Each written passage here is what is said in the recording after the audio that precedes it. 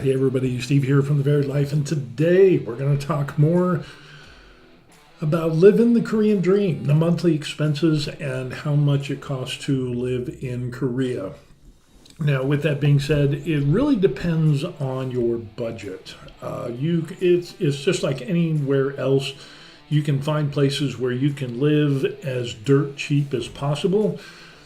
Might not have all the amenities that normal people want, but it's doable. There are people who live without electricity and running water, inside toilets, and they will pay very minimal expenses. And then on the other side of the spectrum, we have people that will spend, here in Korea, they'll go live in an apartment by the Han River that costs millions and millions of dollars just for the apartment itself. So really, we have such a wide range to look at, and it's very hard to define. I've had people, contact me and ask me and say, well, how much does it cost to live in Seoul?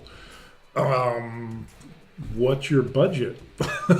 You can go as high as you want in Seoul. Are we talking about living in a one-room dormitory office tel that's only a few $100s, $300-400 a month? Or are we talking about a huge multi-room apartment building on the Han River in, Gangnam in the heart of Seoul, where real estate is pegged, to the highest?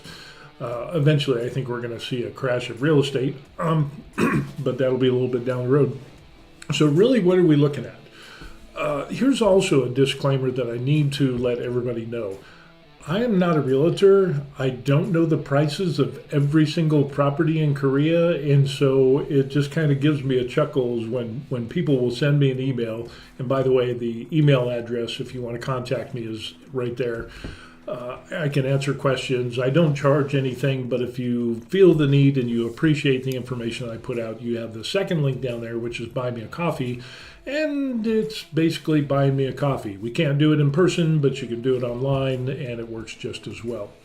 But yeah, I'll get emails from people that will say, hey, I'm planning on retiring or going to this city on the coast, or, East Coast, West Coast, whatever.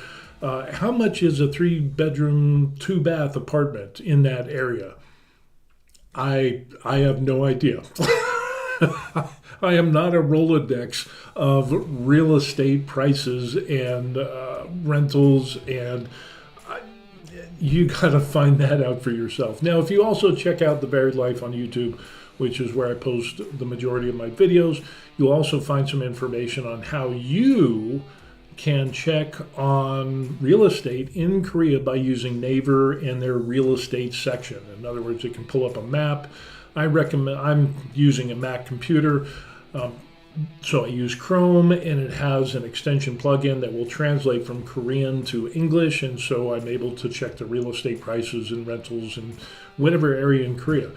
But yeah, I'm not going to do that for you. So that's why I made the video, to show you how to do it. And if you don't have Chrome, or you don't have a Mac because you're disenfranchised, whatever, someday you'll get there, because once you go Mac, you never go back. You can still find browsers that will translate from Korean to English to aid you in that. It should be noted that Naver does not have an English version of itself, but using a browser that does have that translation stuff works really well. So you can actually use Naver Real Estate to look and pre-screen properties in areas that you're considering on vacationing, or whether it's long or short-term rentals or purchasing property. The majority of people live in apartments here in Korea, but there are houses.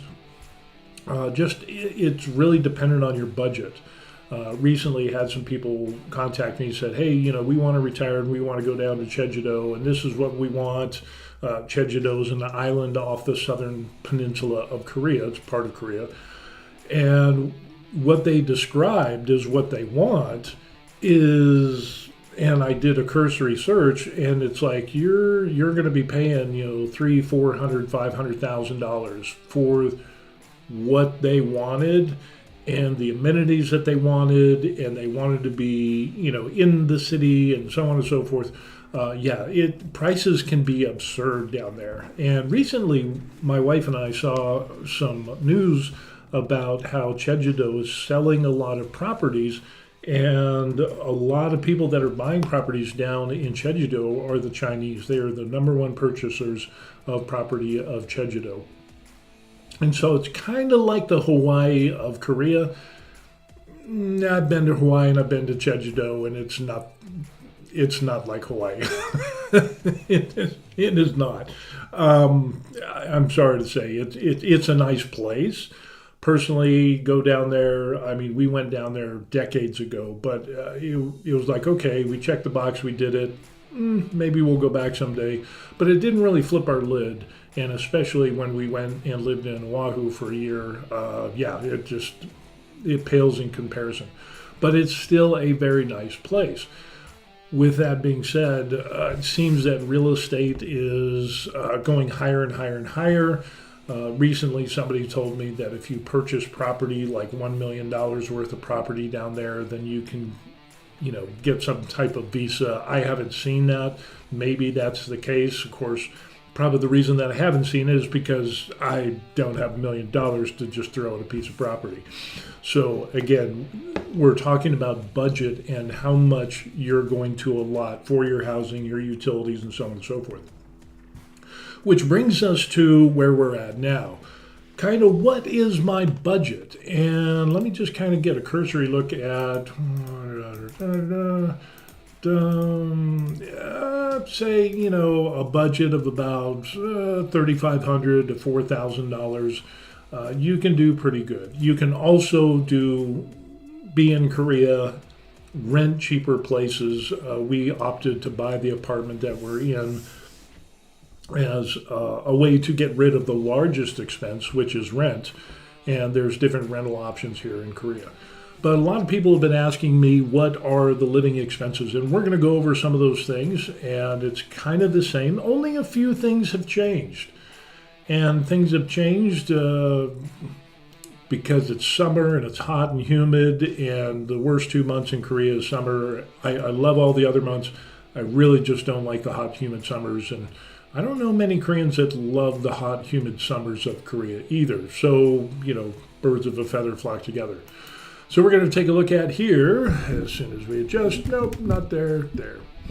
For our 4-bedroom, 2-bath apartment, we see that our housing, our property tax is about $16 to maybe $20 a month. It depends on the exchange rate. Of course, it's more favorable for US dollars. I think the exchange rate is like 13.25-ish, somewhere around there. So it's pretty good. It's been hovering around the 1400s. If you can get 1400, that was pretty good. Basically, when we got here a couple of years ago, it was at that 1433 level, and we really were able to take advantage of that and getting ready to purchase our apartment and so on and so forth. But property tax, about $16 to $20 a month. An apartment fee, if you live in an apartment, and the majority of people in Korea live in apartments, it's, owning a house. There are houses that you can purchase, countryside houses, city houses in the city. Houses in Seoul, in the big city of Seoul, are massively expensive. Versus on the other side of the coin, you can buy houses that are out in the country in the sticks for, old abandoned farms and things like that. With an old house, you'd have to rehab. That was a consideration, but yeah, I'm not interested in doing that anymore. I've rehabbed so many properties, about 60 properties in the past. I just don't want to do that anymore. The apartment fee, which will include things that we see here of electricity, water and sewer, trash, all of those are included in the apartment fee.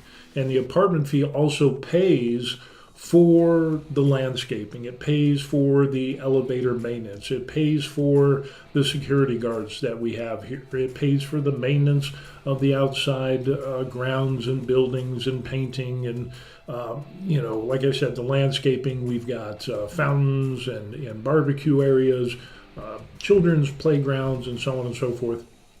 And a lot of those things need upkeep. Also, not individual air conditionings, but air conditioning systems that supply AC for the library, the gym that is here, excuse me, the gym that is here in this facility, which is about 5,000 won a month. It's a very Barney basic gym, but 5,000 won a month. When we're taking a look at that, it's about $3 to $5 a month. And it's a very minimalistic gym, but it's got some treadmills, got a couple of machines, some dumbbells. It's doable. It's definitely a savings compared to going to a gym off post on the Korean economy, because that can get pretty expensive. I was amazed. I was looking at commercial gyms to lift weights. I was just kind of curious because there's one across the street from this apartment complex. And yeah, it was just not cost effective. They were really proud of the prices of their gym membership. Anyway, back to it. Gas and heat is about $64 a month. Now, this amount of $64 a month was back in the time after we bought our apartment, so which was around December, January time frame. So we had that in the spring, and so an average was about $64. It ends up then electricity was $37. Electricity does go up as part of the apartment fee because it's individually metered, and so you see here electric was $37 a month. You're looking at about 60,000 won ish. Is what we kind of normally paid. So to give you kind of a frame of reference, 60,000 won ends up being about, let's do 60,000 won divided by 1325, and it ends up about $45 a month. Now, what we paid in electricity during those months that it wasn't the heartbreaking, terrible, humid summers, was about half of what everybody else was paying.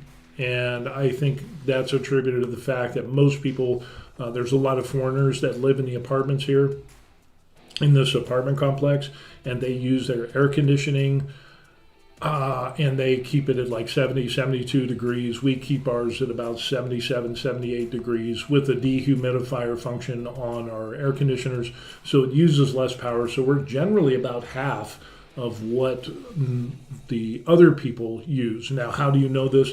Actually, on our bill, it will show our unit, and then it will show the complex average price, and we're always at 50%. Now, with the summer that came into play, we're like, okay, well, let's just use our AC with the dehumidifying function. It's not blazing cold or anything. Like I said, it's about 78 degrees, 77 degrees. The amount that we've used that is now gone to 24-hour operation, but we're still paying about half of what everybody else is paying. So what does the price come out to? It ends up, it's about double. So we're paying about $180 to $100. I think about $85, $90. But I think with this next month, since we have been running the modified AC dehumidifier mode pretty much 24/7, it's probably going to pop up to about $100, maybe $120 a month. And there's people that we see on social media, on Facebook groups and pages for the apartment complex with military personnel and their families. Some of them are paying a huge amount of money because they love that cold AC. And the problem is that associated with that is you got to run a dehumidifier. Otherwise, you're going to get too much cold. You're going to get too much humidity in your apartment, and you're going to start to get mold that grows, and that is very bad. So yeah, definitely if you come to Korea, you're going to need a dehumidifier to remove that water out of the air and to mitigate the growth of mold. It's just a thing that you do. And then during the hot times, you'll have a humidifier to add some, not as much as a dehumidifier though. So yeah, gas heat kind of stays the same. It goes up during the winter. So, maybe about $70, $75 a month during the winter, because Korean apartments, at least the ones that we have, And most Korean houses have radiant floor heat that is heated by gas. So you have that gas heat provided by the city, which is the cheaper option to go. There are people who have properties or rent that are military or contractors, and they get LPG gas. LPG gas is way more expensive than city gas. And so you will find some nice places, some nice villas, and it'll be like, whoa, wow, the layout on this is great. But you're going to be paying through the nose because it takes LPG gas. So there's that. Our internet is bundled. We have high-speed internet with 250 channels of cable TV for a grand total of $30 a month. Yeah, so it's a bundled deal that comes with our cell phone packages, and you get the little discount. But yeah, it's about $30 a month. And with that, the majority of those channels are Korean channels. There's some Chinese channels with movies and shows that are translated into Korean. We have Discovery. We got like some Nat Geo. We got some BBC News. We got some Fox News. We got some CNN News. We got some sports channels and so on and so forth. So it is a pretty good deal compared to the United States, where we were paying, $150, $175 just for tons of cable that we never really watched. In all honesty, that's what kind of drove us to doing online streaming, and we do a lot of that as well, and we'll see that on the other side.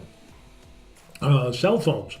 We end up that our cell phones are paid off, so we don't like being in debt, but having 2 cell phones and unlimited text and service, text and data, ends up it's $80 a month, which is a little more than half than what we were paying in the United States for our paid off phone service.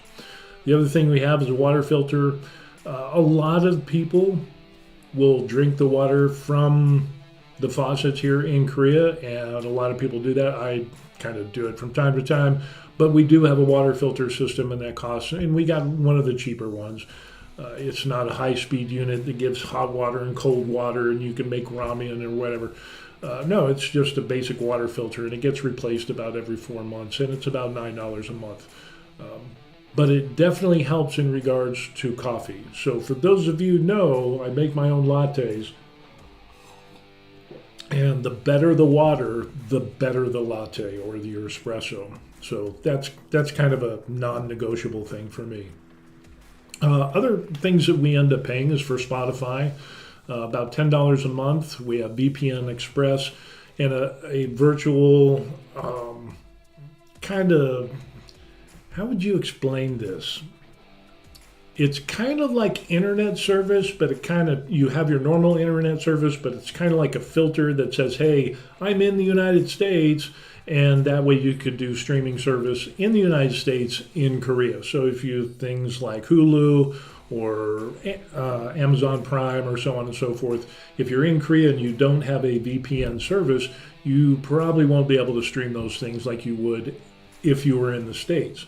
So basically the VPN ends up is that it hooks up, so you get your internet service, and then the VPN goes over and pretends and kind of as a proxy service saying, hey, we're actually in the United States, and that's how you're able to stream U.S. Digital movies and streaming in Korea and other countries around the world. So there's that. That's about $10 a month. And a lot of people do that here. So it's kind of a thing. Amazon Prime, we're still paying for that.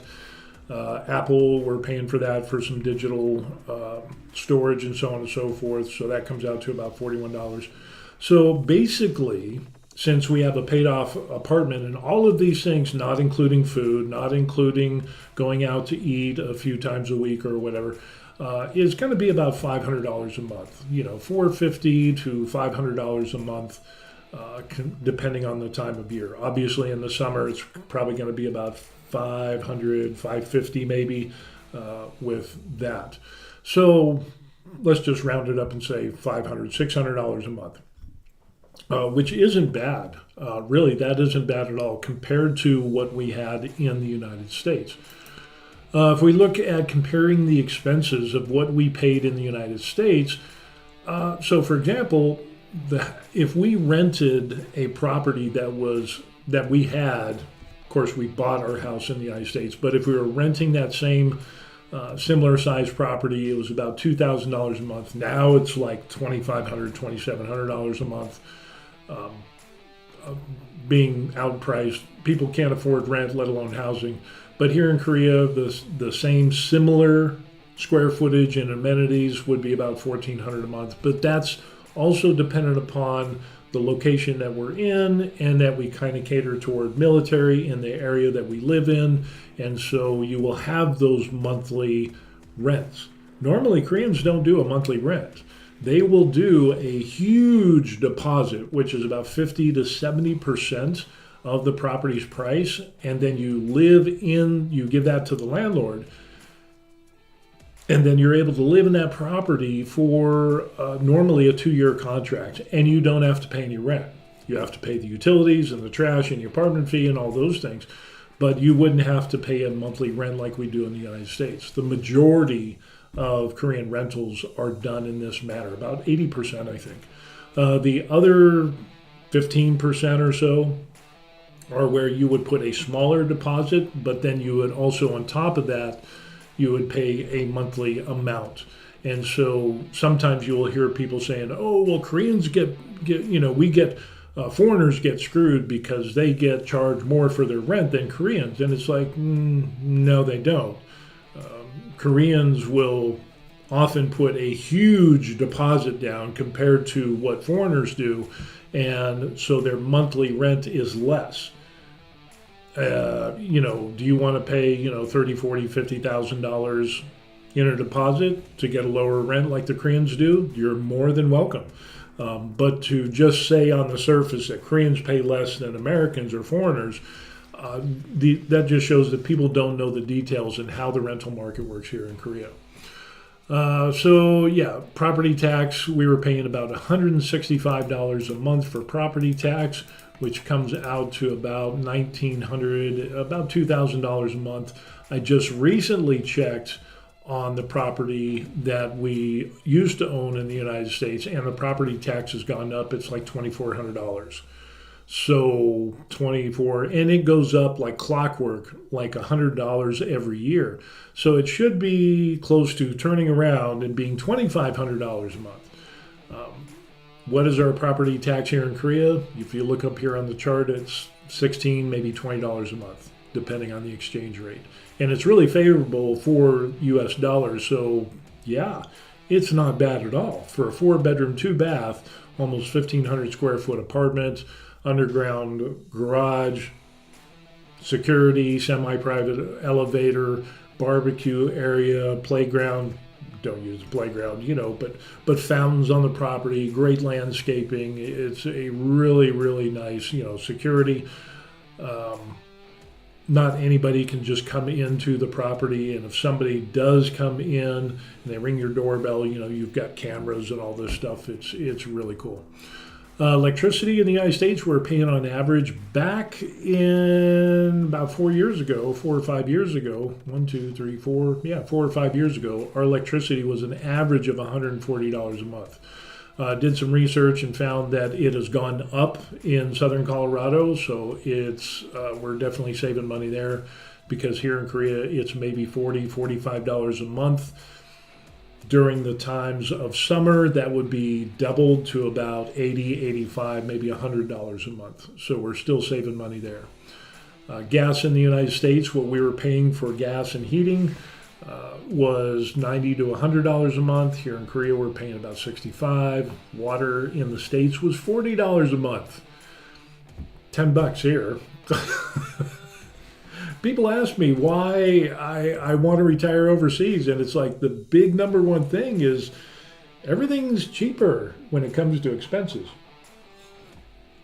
Depending on where you live, there is that caveat. If you live in downtown Seoul in one of the rich neighborhoods, you're going to be paying more for housing and so on and so forth. But generally, for people like me who, if you're looking at maybe $3,000 a month or whatever the GNI is, gross national income for Korea is, which I think is about $27,000 or $28,000 a year. Yeah, about $28,000 a year. Yeah, 3 to 4 grand a month will give you a comfortable living. Granted that you don't live in downtown Seoul. And if you have a paid off apartment or house or even cheap rent, it is really good. Trash, that's like $20 a month in the United States. It's free because it's included in the apartment fee that we pay. Internet, you can see the difference there, $75 versus $15 a month. Cable TV was $135 versus $15. Cell phones, car insurance. Car insurance is about the same. That's very interesting. But we just got our renewal for insurance, and because we don't drive as much, the insurance company said, whoa, you're not driving much at all. And we like that because that's less risk for us because you're not on the road as much. So now I think it's down to 80 some odd dollars. So yeah, if you do the totals in Colorado, we would pay about $3,000 a month versus $1,800 a month here in Korea. So we're definitely saving money by being retired here in Korea. Some people have asked about our transportation. We picked up a 2018 Hyundai, 12 grand. Monthly insurance is about $110, or $85.90 a month now. Gas is about $30 per tank, and we go on to the military base and get our gas because I'm retired military and I'm afforded that benefit. If you buy gas on the economy here in Korea, it can be about $60, $65 a tank, depending on the tank size of your vehicle. So yeah, it's about $145 a month. So apartment, utilities, vehicle, you do the math, it's about $600-$700 a month. But again, that's without food, entertainment, or eating out. So we have all those things that come into play. Let's see if there's anything else coming into the mix for that. There were some other questions some people asked about real estate. And again, if you look at the video that we were looking at before, it ends up that you can really find some good deals. Foreigners can buy property in Korea. I've had people say, no, you can't do that, or you have to be on a visa, or you have to do, and it's like, no, you don't even have to have a long-term visa to buy property in Korea. You don't even have to be, you can be a tourist visa and buy property. You don't even have to be in Korea to buy property. You can buy it sight unseen, and this was told to me by my realtor that a lot of Chinese are buying up properties in Seoul and Jeju-do and so on and so forth, buying properties sight unseen. They never set foot in Korea, and yet they are buying properties. So that's really interesting. A huge amount of Chinese are buying properties down in Jeju-do Island off the southern tip of Korea. So that's something to consider. So for all the naysayers and people who think they're experts because, 20, 30 years ago, they heard through the grapevine and some barracks lawyer, military said, oh, foreigners can't buy property. You need to get up to snuff because foreigners can buy property. I'm proof of that. I bought this apartment. So yeah, and the interesting thing is they needed a copy of my passport and information, and of course, they needed my alien registration card or my Korean registration card, my KRC. It used to be called alien registration card, but then somebody thought it was offensive to say alien. So now it's Korean registration card for indicating that you can live in Korea on some sort of visa. Even that's not required for purchasing property in Korea. But if you do have it, you need to submit those documents in the purchase process of buying property here in Korea. So, yeah, it's kind of interesting on what goes on. Let me see if there's some other questions. Here's something. A number of people have recently asked me, because they've been looking at my videos and watching our journey of retiring here in Korea, and knew that we had a paid off property in the United States. And some people had asked, well, why didn't you just rent out your property in the United States and then just use the profits from that to fund your retirement here in Korea, or help add fund to your retirement days, and build up whatever. You could fund a lot of things with that: fund trips, fund additional retirement vehicles, IRAs, so on and so forth.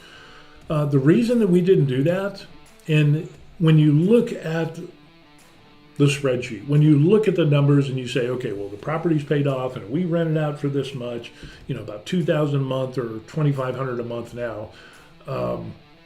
We could make this much money minus a 10% management fee, so we got to take that off the top, and then there's this and that. And when you run the numbers on paper, it makes more sense financially for us to have kept our property in the United States.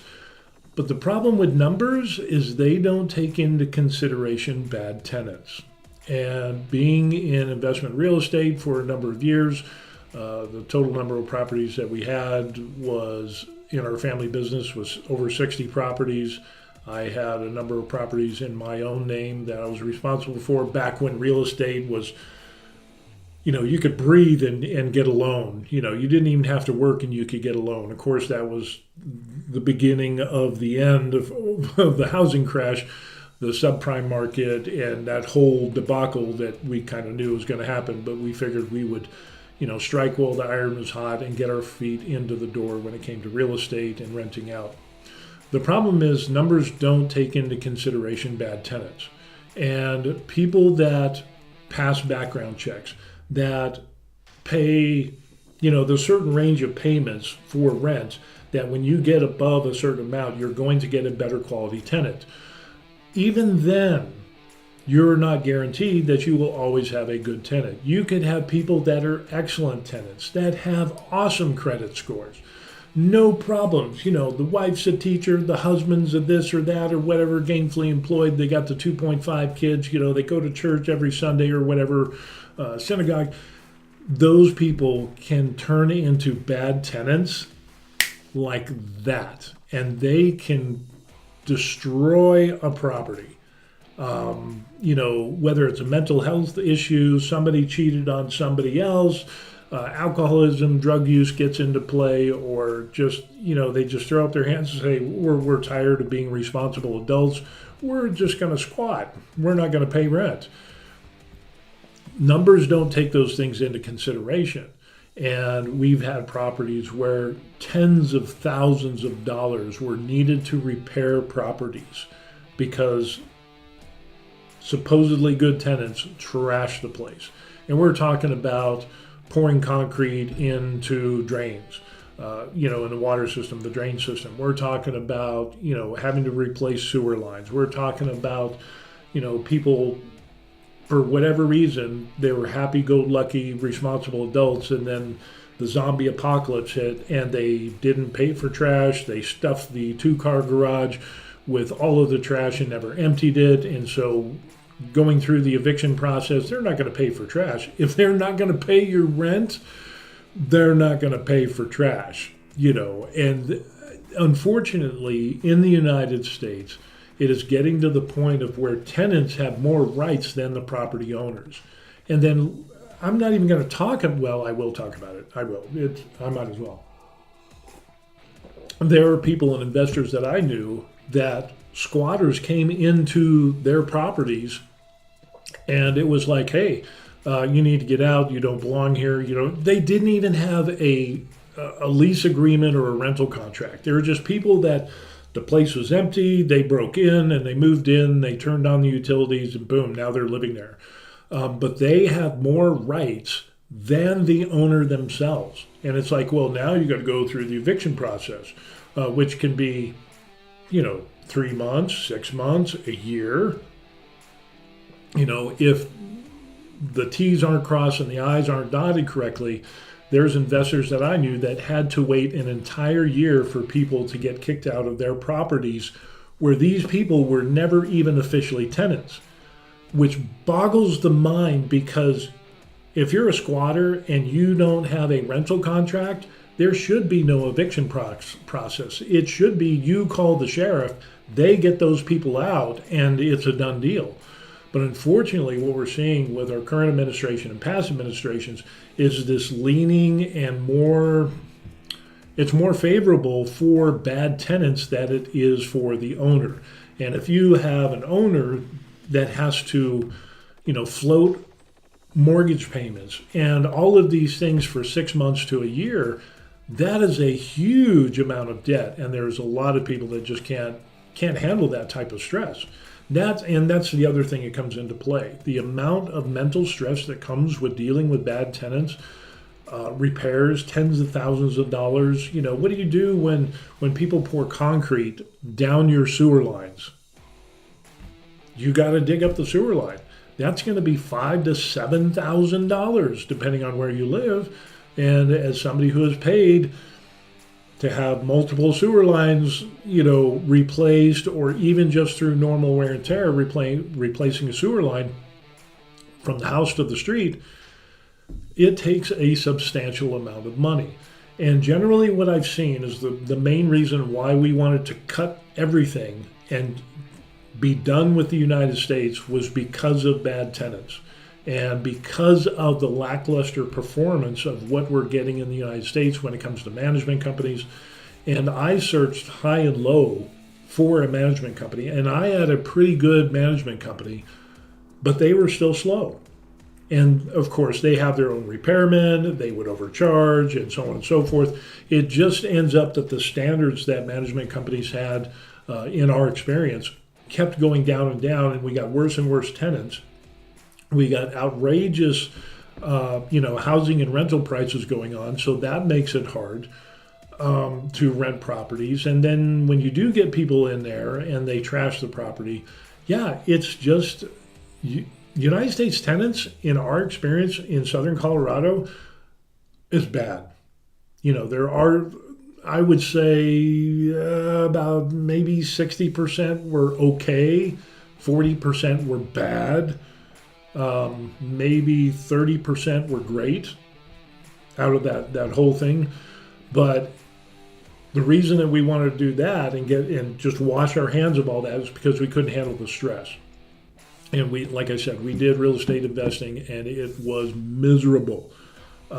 If it pays off, great. But unless the property is paid off, it just was too much of a headache. And it was constant. Even though we had emergency funds, for water heaters, sewer lines, and so a substantial amount of money invested, all it takes is one bad tenant to totally wipe out any emergency fund that we had. Now let's kind of flip it over to here in Korea. How are tenants here in Korea? Koreans as a whole are more respectful and polite of other people's property than, unfortunately, U.S. service, than people in the United States in regards to tenants. And of course, that's a huge stereotype, I guess, because you have a lot of good tenants, you have a lot of bad tenants. But in our experience, as a whole, what we see from our 2 years of being here in Korea and the other times that we spent in Korea, which is substantial, Korean tenants are much more respectful to the property than U.S. tenants. And so instead of renting out the property in the United States and maybe having bad tenants and having to spend, tens of thousands of dollars that we shouldn't have to because people were childish and immature and trying to skate the system. Here in Korea, they're so much nicer. They're so more appreciative, and they take care of the property because there's more national pride here in Korea when it comes to tenants and taking care of landlords' properties, excuse me, than in the United States. That it was a no-brainer. So that's definitely why we wanted to sell. And then the other aspect was that when we sold our house in the United States, it was almost at the peak of the market, so we made a very good return on our property, which was paid off. We worked our tails off to pay off that mortgage. The wife worked, I did overtime out the yin-yang. Even though it was horrible for my mental health, we were able to pay the property off. But with those proceeds, when we came to Korea, not only could we buy this apartment that we're in here, a 4-bedroom, 2-bath, it's paid off. So the largest expense that we don't have that, and that's the housing. So we don't pay rent. We only pay, what you saw, and that is huge. You can't take that away. If you pay off your property, the only reason they can take it is if you don't pay the property tax. And, I could give blood and pay my property tax every month, so hey. And again, there's an apartment fee and stuff like that. But yeah, and then what we'll end up doing, because of the property prices are less in the areas that we were looking at, we're looking at purchasing a 3-bedroom, 2-bath and downsizing. And so we'll move into that place maybe within the next year and a half, about a year and a half, I think. And then we'll move into the 3-bedroom, 2-bath, and we'll rent out this place here, and we'll be pulling in about $1,700 a month renting to U.S. military. There's still a little bit of stuff that we have to do in regards to, I got to turn my fan on a little bit. In regards to fixing up, there's one bedroom that doesn't have an air conditioning, so we're going to pay a few million won to do that. But once that's done, and we're going to get some cabinets recovered and things like that, get a new washer and dryer, not a high-end one, but electric washer and dryer, and boom, this place will be ready to rent. And so with it being paid off, when we run the numbers that way and we have less stress of tenants here in Korea than versus the United States, really we're able to buy 2 properties in Korea versus just our house in the United States, which would only give us about $2,000, maybe $2,500. Take off 10% management fee, take off X amount for repairs and regular maintenance on the property every year. Vacancy rates and so on and so forth is about 5 to 10%, another 10% at least in the area where our place was at. So you're going to have some expenses, and then you still need to carry the utilities and so on and so forth for the property in your name, and then somebody else pays. And so, it's just a big mess in the United States. So we're going to end up with 2 properties where we will live mortgage free in a 3-bedroom, 2-bath, and then we'll be renting out the 4-bedroom, 2-bath, and the majority of that will be profit minus the apartment fee and property tax, which is very minimal. And now you can start to see that, that makes a lot more sense from a mental health standpoint and also from a financial standpoint. I mean, if you actually ran the numbers, it would make more financial sense to have kept the house in the United States because, again, I said the rents are kind of up to around $2,500 to, maybe a little bit more if you could squeak it out. But the headaches that you get and the percentage of repairs that need done and the percentage and chances of getting a bad tenant is just a lot higher than what it is here in Korea. So, and the great thing about apartment complexes, which the majority of people live in, is that the management companies of the apartment complex, they kind of rein in people who are loud or noisy or so on and so forth. And so, and again, like I said, Koreans are way more respectful about their neighbors than foreigners. Just saying, it is what it is. And so that's more beneficial for people like us who, we want nice and quiet, we like having, foreign neighbors because it kind of gives us that connection that we're still kind of, gives us that United States feel to some degree, and we go on the military base. But honestly, my wife being Korean became a U.S. citizen, and me being an American citizen, and now that we're back in Korea, we didn't really feel that we belonged in the United States. But then when we come here, we feel like we don't really belong in Korea, so we're kind of in that middle gray area.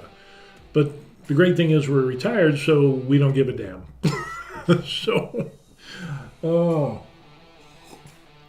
But some people are asking about, what about food? I actually did a video on food and how much we ended up paying for things like that. Let me see if I can pull that up. Where is that? We actually did a haul on food. How much food at the open air Korean market, and that got really interesting. So let's see if we can bring this up. Hey everybody, Steve here, and this is... Hi.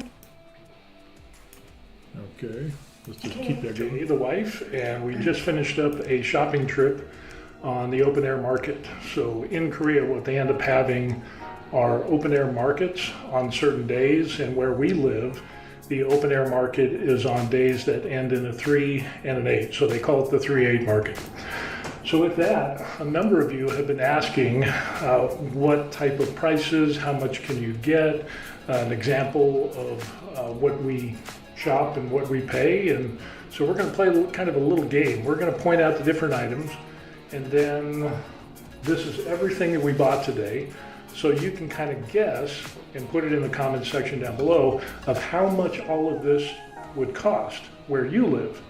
And then we'll go over the prices in won, and then we'll go over the final conversion of how much it cost us in US dollars. So let's go ahead and get started. Okay, so we finished up, and what is the first thing we have? We got roasted seaweed. Yeah. We already chopped, so we just open and eat, and it's very convenient. And how much did these cost in 5,001 for 3 bags. For 3 bags, okay. Yeah. And what do we got? And it's kimchi, my favorite, reddish kimchi. Oh, yeah. It's 10,001. Okay. And we got 3 different side dishes that we're gonna make a bibimbap later. All right. And we got fresh carrots, Yeah. potatoes, tofu, but it's not really a regular tofu, but this is made out of a black bean tofu. Black bean tofu, Yeah. That's your favorite. That's my favorite.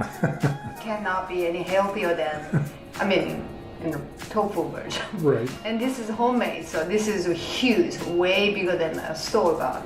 Yeah. And that's fresh spinach. Mm-hmm. And how much were these? This is 2,001 each. 2,001 each. And how much was the That's 4,001. 4,001? Mm-hmm. Okay. And potato was a 3,001. Carrot was 3,001. And we got a really the best egg.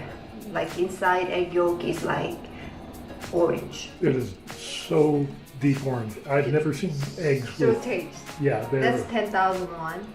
And then the bananas, how much were those? 5,001. They're pretty good. Yeah. And then what are those bags there? These are minced ginger. That was 2,001, I think. Minced garlic, like that much. That was about 5,001. Yeah. We got mushrooms. You said you wanted to do some mushrooms today. So Right. that was a 3,001. And what do you call it?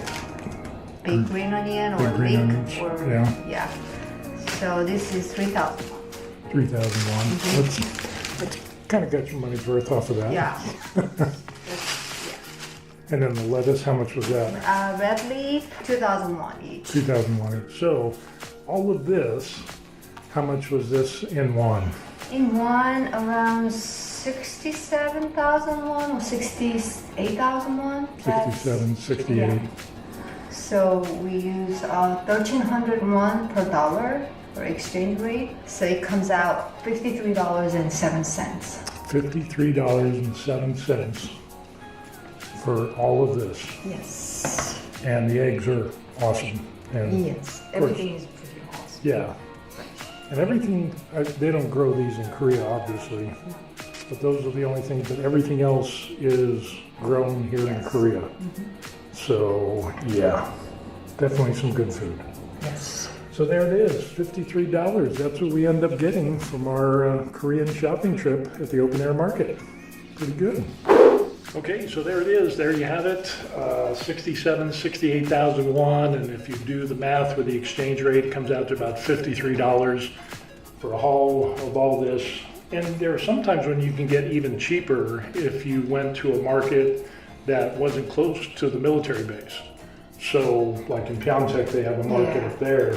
and prices are even cheaper than what they are here. So these prices are a little bit higher than what normal Koreans away from military bases would be spending.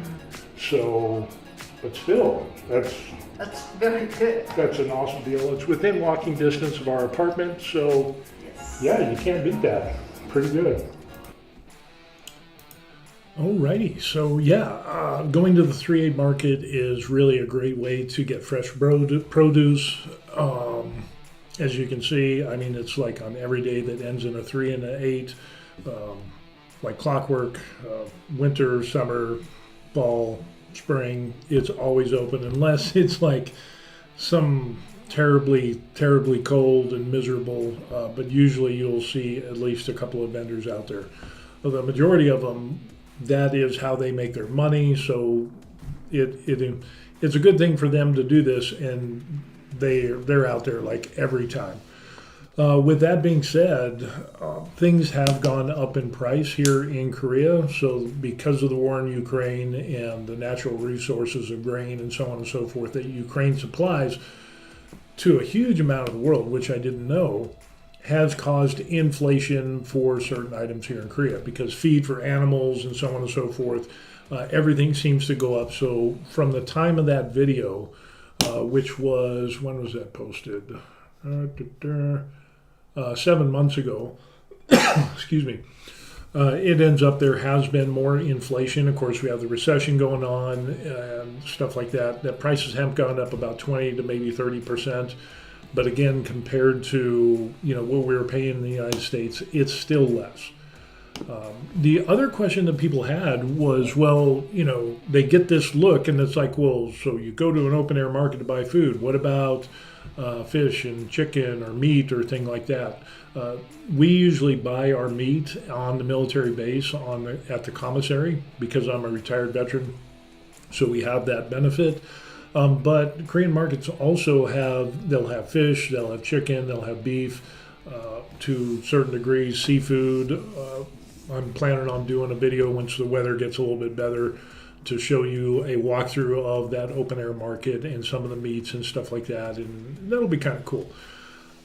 With that, people are like, well, is this like how it is in all Korea? No, they have Costco in Korea. They have grocery stores. But here in Korea, it's different than the United States, where you can live in a neighborhood, in a housing division, and you might have to drive, 10, 20, 30 minutes to get to a Walmart superstore or Costco or kind of a similar big box store, Safeway, Aldi, whatever, to be able to get your food. In Korea, things are more local to the area of which you live. So if you have a number of apartment complexes in an area, you'll generally have smaller grocery stores, kind of mom and pop grocery stores. You'll have some bigger ones. You'll have the open air markets. Again, you'll have like the fresh eggs, so on and so forth.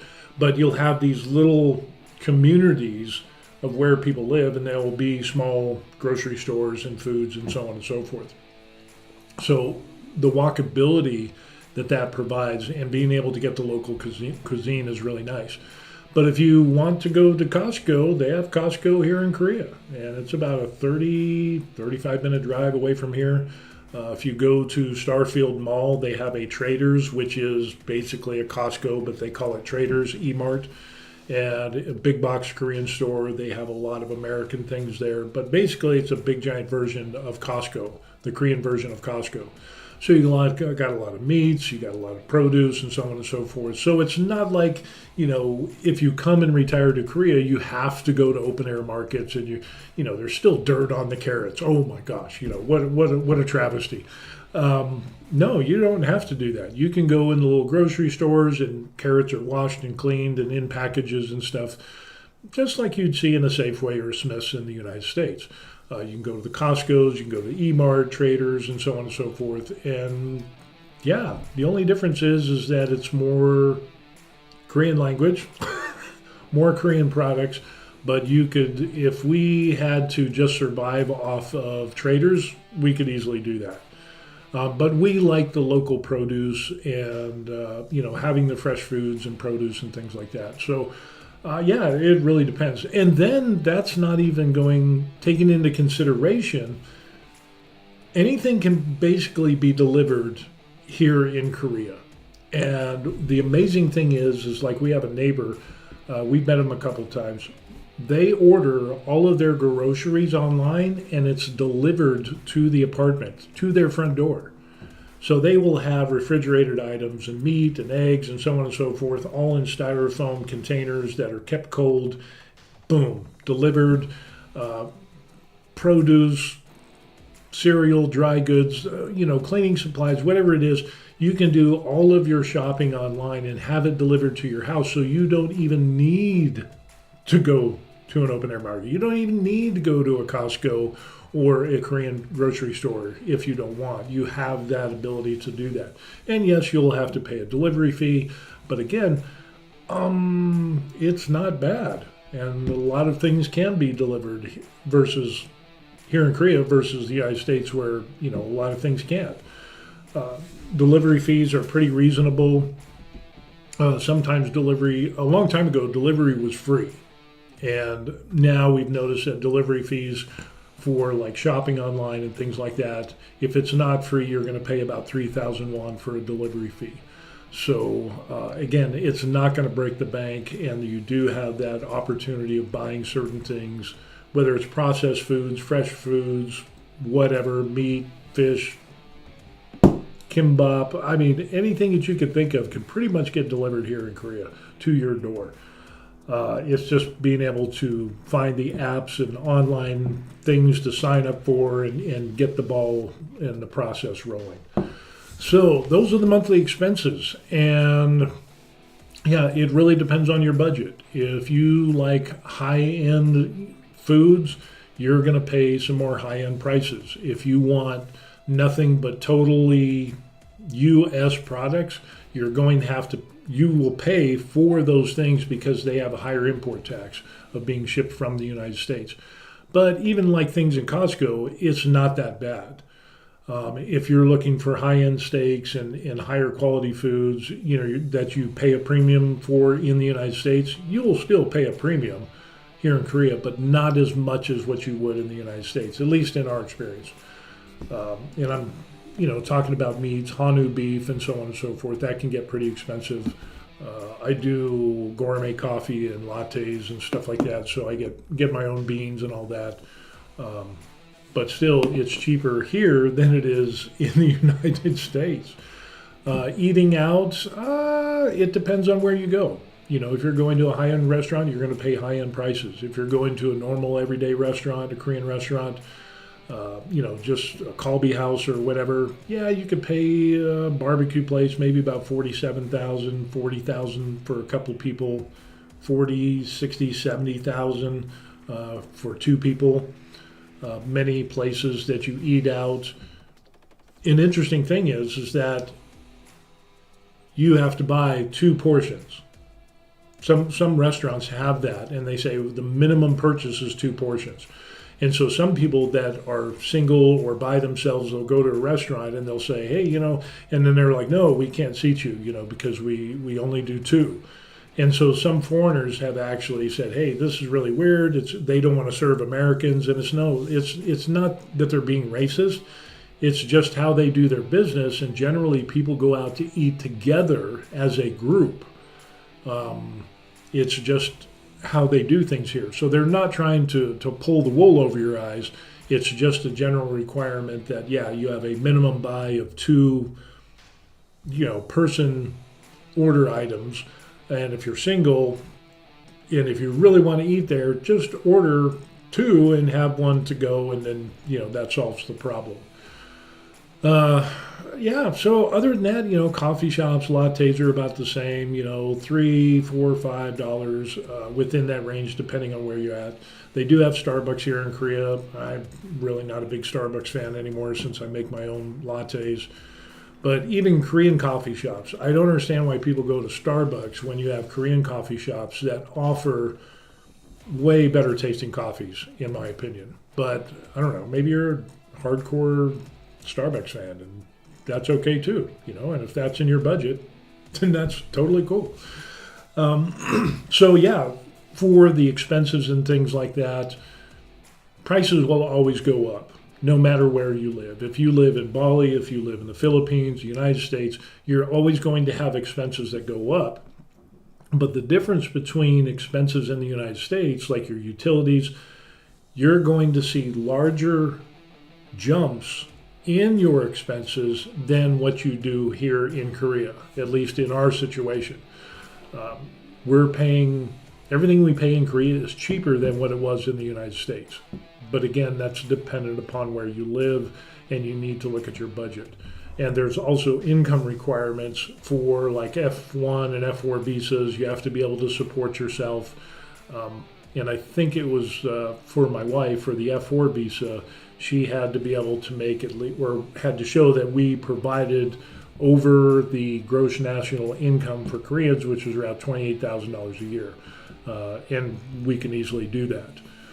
Other investments, retirement things require you, visas for here in Korea require you to invest the dollar equivalent of about $225,000 into Korea, and then you still have to have another $225,000 or $26,000 in assets and money still in the United States, and then there's some income requirement on top of that. Yeah, it can get pretty convoluted. But for people like us in our situation, retired military, my wife was Korean, she became a U.S. citizen, we're able to come back with her on an F4 visa, me being an F1-9, the subcategory -9, of being a spouse of a returning Korean. That allows us to stay and enjoy the cheap expenses of living here in Korea. So, will this, now here's the question I get, is how much will the expenses be in such and such part of Korea? I have no clue. I can only attest to what we pay. And if you're talking about living in Seoul, expenses could be more, obviously, depending on the area that you're in. Could be cheaper if you're living out in rural areas instead of suburban areas. I really just don't have time to keep track of all that. You know, would you pay more in expenses down in Busan versus where we are here?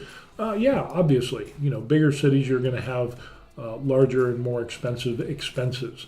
But still, as a whole, they're going to be less than what they were in the United States. So budgeting is very important. And with your monthly expenses, I always advocate that you should have enough to pay for your expenses.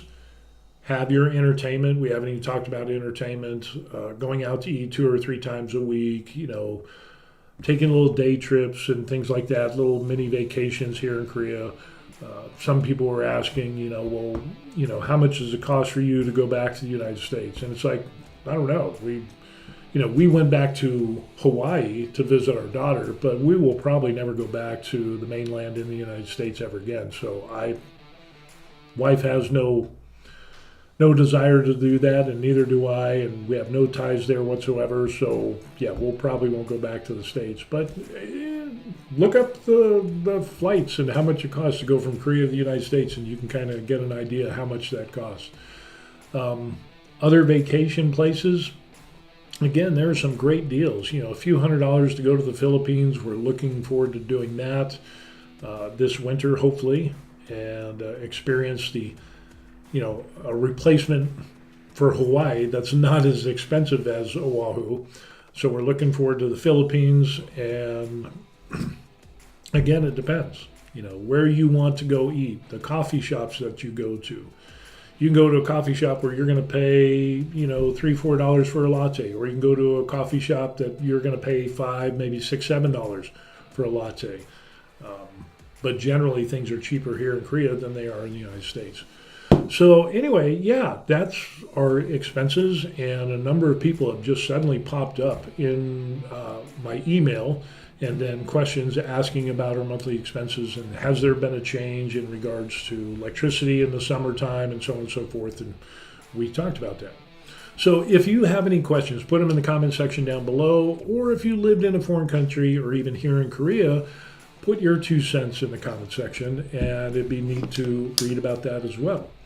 I'm retired, And we do a lot of stuff. I do 3D printing and resin printing stuff. But if you email me here at this email address, generally I will get with you and answer your questions in regards to share the experiences that we know. You still need to do your due diligence for real estate, budgeting, finances, whether you want to come to Korea or not. Do not base your decision just because my wife and I were able to come over here and retire. Luckily, we haven't run into anybody that came to Korea that ended up hating it and blaming us for that. This is an adult and mature channel, and everybody pulls their own trigger. You make your own decisions, and there will be people that will decide to retire overseas, and then they decide it's not for them because there's too many obstacles. They're not comfortable. They're not flexible.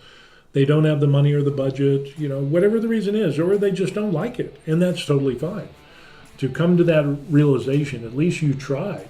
And maybe if Korea is not the place for you, maybe there's some other countries where you would fit in. And, that click of, I could retire here. I like it better here in this country than I do Korea. I mean, that's absolutely cool.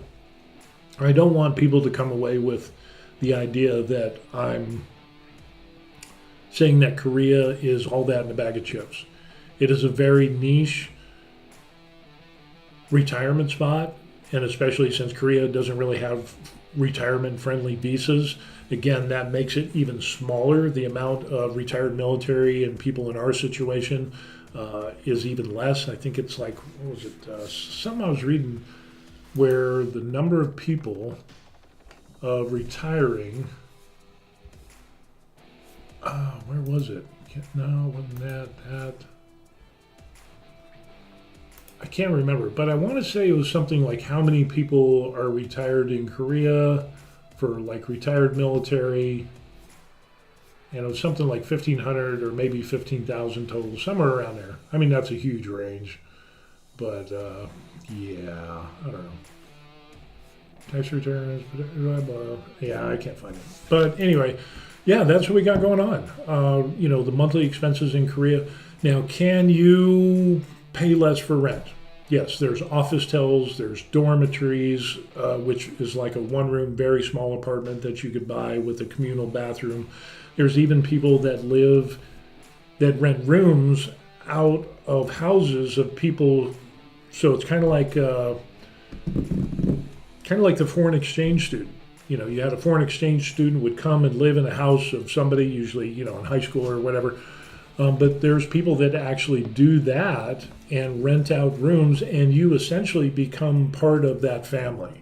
You share the kitchen, you share the bathroom and all that, but you just rent that one room out of the house. So there's that option as well, and that can be substantially cheaper than buying a standalone unit to rent out on your own.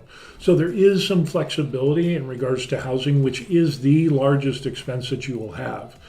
It just depends on what you're comfortable with. So for many people that come here, let's say they teach English, many times the school that they teach for will provide housing. Other times there's people who come over here to teach and the company or the school doesn't pay for housing. They'll give them a housing allowance or an amount of money, and then they just rent the room and then they pocket the difference, and that's totally okay. And they're good with that. Usually a lot of single people do that. Married people, not so much.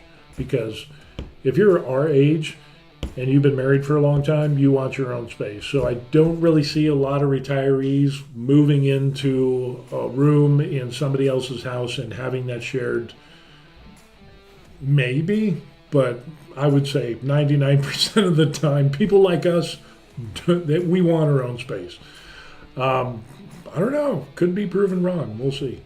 So anyway, that's what we got going on. Really interesting. We're going to do some more videos, and especially with the weather, it's supposed to be getting better coming here in September, and definitely in October. We'll do some more walk around videos, and matter of fact, like I said, we'll do an updated marketplace video and kind of walk through, and we'll just kind of just hit every single stall. I'll get footage, and we'll see how we can put that into an engaging video and see how that will work out. Okay, so that's going to be it. Again, contact me, email address. If you want to buy me a coffee, hit the link in the description box down below. Leave your comments. I would appreciate that. And if you can't buy me a coffee, that's totally cool. But if you can like and subscribe to my YouTube channel, The Varied Life, I would really appreciate that, especially in the world of YouTube where likes and subs are things to be had. I would love to have more of those things. So if you've learned anything in this video, please give it a like and subscribe and stay up to date on our overseas retirement here in Korea. With that being said, I need to get some breakfast and gonna hit the gym. So we will see you on the next video. Peace. Good stuff.